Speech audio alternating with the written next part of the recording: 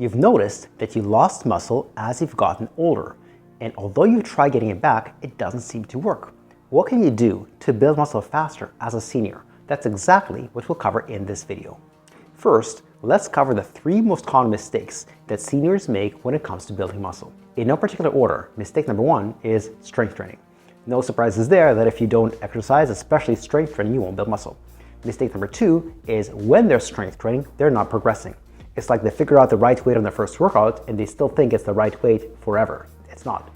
Mistake number 3 is not getting adequate protein. Muscles are made of protein. You need to feed the muscles by eating adequate protein. Let's talk about strength training first. What a lot of people do is what they think is strength training is not actually strength training. Strength training involves progress. Most people are not progressive with their strength training. And so when it comes to strength training, you need to know a few parameters. You need to know, first of all, the frequency, how many days per week. 2, the intensity, how much weight should you lift? And finally, sets and repetitions. How many sets and how many repetitions? And so to answer those questions, the frequency needs to be minimally twice per week. It could be as high as 4 times per week. The next question we need to answer is how many sets and repetitions? You should be doing about 3 to 4 sets of 10 to 15 repetitions. And a final question is weight. Now in this video, I can't say specifically you should be lifting X number of pounds because A, I don't know you, and it varies viewer by viewer, and B, muscle by muscle. What's difficult for your biceps might not be difficult at all for your quads. And so you can't say everybody should be lifting this amount of weight. So how do you figure out the right amount of weight for you? Well, it comes back to a rep range. 10 to 15 repetitions is where you should be working most of the time. And so you find a weight that allows you to reach close to muscular failure in that rep range. Let's say you finished 12 repetitions and it was very, very difficult. You should ask yourself, could I have done a 13th? The answer should be maybe. You're not sure.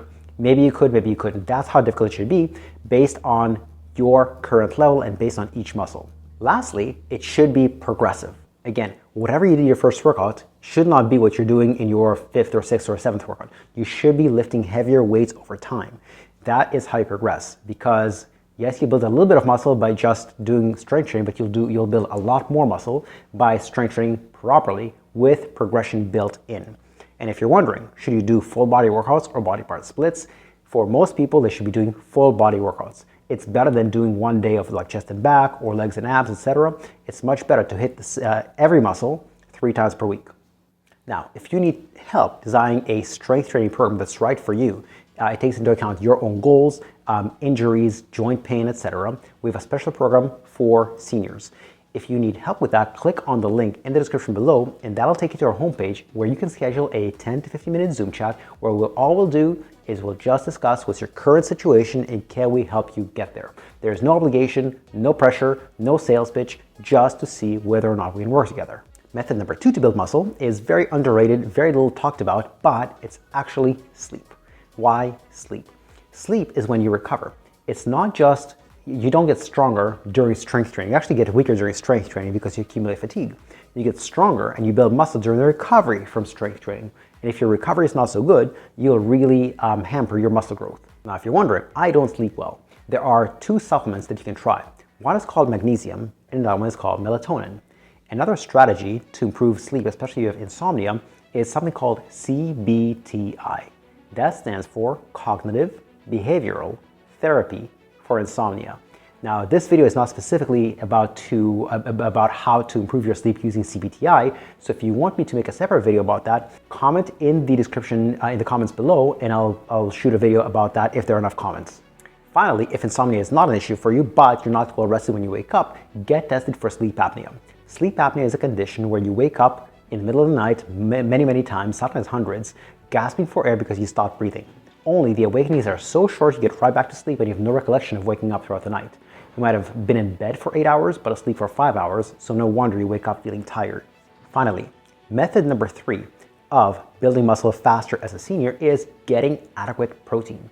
Now, what does adequate mean? Most of my clients who are seniors, I find, are unintentionally on a low protein diet.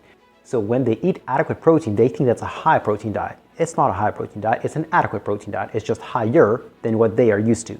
What is protein used for? Well, the obvious, which is muscle. But beyond that, it's also good for bone density. It's one of the most powerful nutrients when it comes to strengthening your bones. Not calcium, by the way, not vitamin K, not vitamin D. but protein is the single most powerful nutrient for that.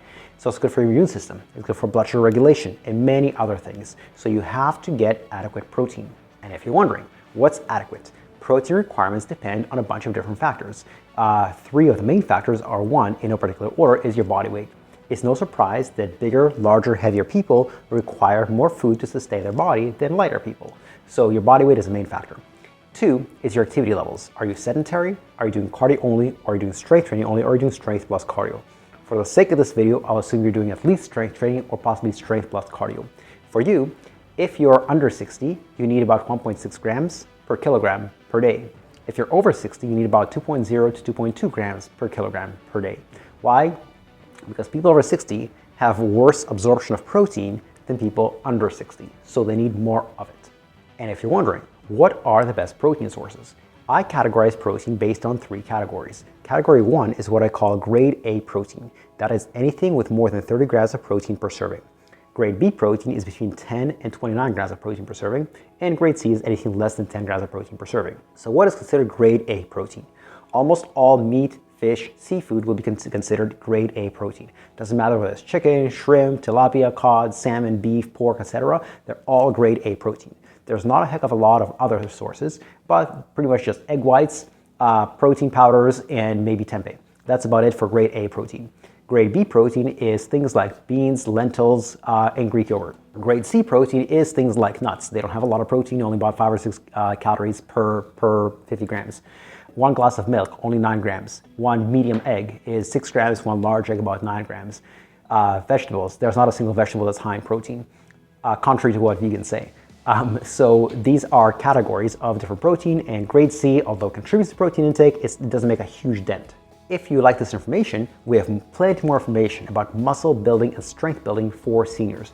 Click on the other link in the description below to subscribe to our newsletter, and you always have the option of unsubscribing.